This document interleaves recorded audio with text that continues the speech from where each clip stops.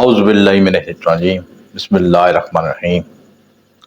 السلام علیکم ناظرین، شامی روحانی ٹی وی کے ساتھ ایم اے شامی آپ کی خدمت میں حاضر ہے۔ جون کا مہینہ آنے کو ہے اور جون کے مہینے کی ریڈنگ دی جا رہی ہے۔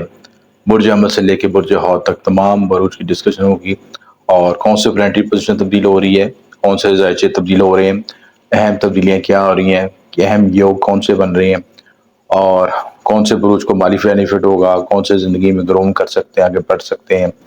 مہاپرش یوگ بن رہے ہیں، خاص ٹیلیم بن رہا ہے 6 ستاروں کا کران 100 سال کے بعد، وہ بڑا امپورٹنٹ یوگ ہے۔ اس کی کیا افیکٹس آئیں گے 12 بروج پہ، ان سب کو ڈسکس کریں گے۔ اور کون سے بروج کو مالی بینیفٹ ہوگا، کون سے بروج کی شادی ہو سکتی ہے، روزگار ہو سکتا ہے، تعلیم، سفر، اور سب کو بینیفٹ ہوگا۔ کون کون سے بروج زندگی میں آگے انیشیٹو لے سکتے ہیں، امپورٹنٹ ڈیسیژن کر سکتے ہیں، سفر کے لحاظ سے، شادی کے لحاظ سے، روزگار کے حوالے سے، جاب کی سوئچنگ کس طرح ہو سکتی ہے، گھریلو خواتین کے کیا حالات ہوں گے، شادی شدہ لوگوں کے کیا حالات ہوں گے، 12 بروج کے اوور آل ڈسکشن کریں گے سب۔ بڑی انٹرسٹڈ ویڈیو ہے اور آپ کو یہ ویڈیو میں بیسکلی ایک تو جنرل ریڈنگ دی جاتی ہے کہ ڈسکشن کیا ہوتی ہے کہ 12 بروج کے لحاظ سے، ایک ہوتا ہے کہ پلانٹری ٹرانزٹ کے لحاظ سے بتایا جاتا ہے کہ کیا کیا ستاروں کی پوزیشن چینج ہو رہی ہے، تو اس کا کیا رزلٹ۔ میری کوشش ہوتی ہے کہ علمی بات بھی ہو ساتھ، تاکہ لوگوں کو ایک لاجیکل بات سمجھ آ کے اس کو سمجھ سکیں۔ تو یہ ویڈیو جو ہے ویدک اسٹرالوجی کے اسٹینڈرڈ بیس پہ ہے اور مون سائن کے لحاظ سے آپ دیکھ سکتے ہیں، اس کا سن زوڈک سے تعلق نہیں ہے، کیونکہ میں نے اپنے 25 سال کے تجربات کے نتیجے میں ویدک اسٹرالوجی کو اور ہندی نجوم کو سب سے زیادہ مستند پایا ہے بنسبت جو ہے ویسٹرن اسٹرالوجی کے۔ دونوں اسکول تھوڑا اپنے کام کرتے ہیں، لیکن میں زیادہ افیکٹو اس کو سمجھتا ہوں، اس میں زیادہ گہرائی ہے، اس میں پینڈنگ کرما کا بتایا جاتا ہے، ایسا ہو رہا ہے تو کیوں ہو رہا ہے، اس کی کیا لاجک ہے، کون سے کرم آپ نے کیے جن کا افیکٹ آ رہا ہے آپ کے ساتھ، تو اس کو سمجھنا ضروری ہے۔ اس کو سمجھیں گے تو پھر ہمارے مسئلے حل ہوں گے۔ وہ سے لوگ وظائف پڑھتے ہیں، ریمیڈیز کرتے ہیں، رزلٹ نہیں ملتا۔ رزلٹ اس وجہ سے نہیں ملتا کہ اپنے پینڈنگ کرما کلیئر نہیں ہوتے، تو پینڈنگ کرما کو کنسیپٹ، اس کو لاجک کو سمجھیں، پینڈنگ کرما کلیئر کریں، تاکہ پھر ہم زندگی میں گروتھ کر سکیں۔ برج سرطان، ان کے پلانٹری پوزیشن کچھ اس طرح ہے۔ فرسٹ ہاؤس اور سیکنڈ ہاؤس خالی ہے، اس کے بعد تھرڈ ہاؤس میں کیتو ہے اور فورتھ ہاؤس بھی خالی ہے، ففتھ بھی خالی ہے، سکس بھی خالی ہے، اور سیونتھ میں پلوٹو بیٹھا ہے، اور ایٹھ ہاؤس میں سیٹرن بیٹھا ہے، نیپچن، مون، راہو، مارس نائنتھ ہاؤس میں بیٹھے ہیں، یورینس جو ہے 10th ہاؤس میں بیٹھا ہے، اور جوپیٹر، مرکری، سن، وینس ہے۔ یورینس یہاں سے ٹرانزٹ کر کے 11th میں چلا جائے گا، اور 11ویں گھر میں آپ کو بہت بڑا اسٹیلنگ بنے گا 6 ستاروں کا۔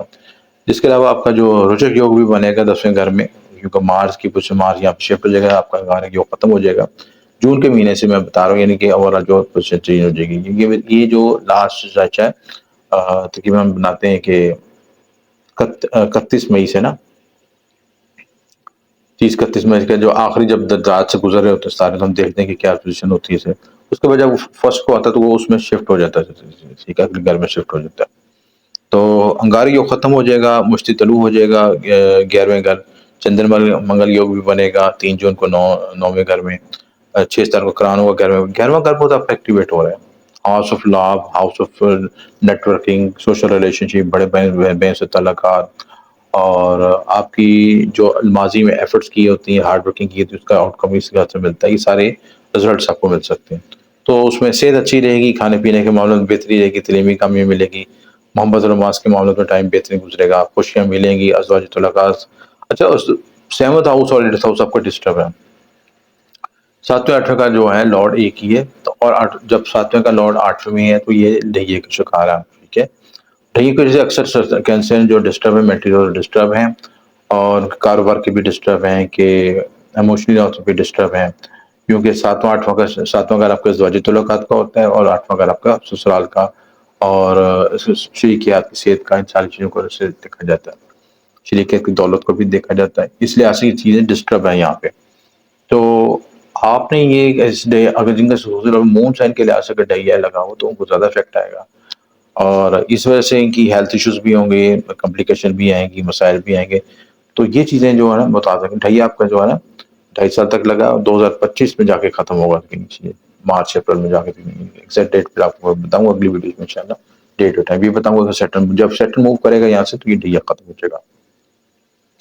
محبت رومانس کے معاملے میں ٹائم بہترین رہے گا، خوشیاں ملیں گی، ازواجی ریلیشن شپ کو بڑا بیلنس کر کے چلنے کی ضرورت ہے. سسرال سے تعلقات میں بڑا بیلنس رہے، اختلافات نہ ہو کسی جگہ، وہ پارٹنرشپ کرنے لگے، کوئی ایسا پلاننگ ہے اس میں بڑا متعاط رہیں. محنت کامیابی دے گا، نصیب کے معاملے میں پریشانی آئے گی، کیونکہ نصیب جب ڈھیے لگتا ہے تو کئی چیزوں کو ڈسٹرب کرتا ہے، آپ کے نصیب کو بھی ڈسٹرب کرتا ہے، آپ کی ایفرٹس کو بھی بلاک کرتا ہے. ایفرٹس جو آپ کر رہے ہیں تو اس کا رزلٹ بھی نہیں ملتا. قرض لے سکتے ہیں، قرض کے مسائل آ سکتے ہیں، مالی مشکلات آتی ہیں، آپ نے پیسے لے کے انویسٹمنٹ کی ہوتی ہے، وہ آپ کو ریٹرن نہیں ملتا، یا آمدن میں بڑی فلکچویشن ہوتی ہے، کبھی ایک دم اوپر بھی جاتے ہیں، ایک دم نیچے جاتے ہیں. مون ویسے بھی کٹتا گھٹتا بڑھتا، تو اس کینسر اس لحاظ سے بڑا محتاط رہنے کی ضرورت ہے. اس کے لحاظ سے بڑا کیلکولیٹ کر کے اور ویلیوٹ کر کے سیٹر کی ریمیڈیز کریں، سیٹر کے صدقات دیں، اس کے تلسمات بنائیں، ساری چیزوں کو ریمیڈی کریں. اور سیٹر سے متعلق پتہ دیکھیں کرم کیا ہے آپ کے، ان کرم کو ادا کرنا ضروری ہے. اگر کرم ادا کریں گے تو آپ کے معاملات میں آسانی پیدا ہوگی. اس کے لیے پتہ چیز چیک انالیسس کرنا ضروری ہے. پتر دوش راہو کی موجودگی کی پریشانی کا باعث بنے گا. انویسٹمنٹ 14 جون سے پہلے کیریئر میں روچک یوگ اور بھی بنے گا. روچک یوگ یہ ہوتا ہے بیسیکلی کہ 10th ہاؤس میں جب یہ بنے گا تو آپ کو انرجی پوٹینشیل دے گا آگے بڑھنے کا، سماجی زید بڑھے گی، آپ کا ایک ویل پاور بڑھے گی کہ میں اپنے کیریئر کو گروتھ کر سکا، آگے لے کے بڑھ سکوں سے. تو انرجی لیول اچھا رہے گا، کامیابی ملے گی، معاملات میں ملے گی.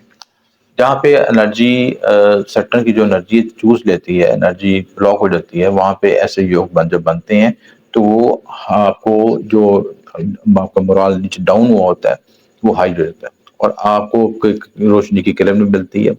آپ آگے بڑھنے کا راستہ بھی اختیار کرتے ہیں، آپ کے لیے نئی موٹیویشن کے راستے ملتے ہیں، نئی ترقی کے راستے ملتے ہیں.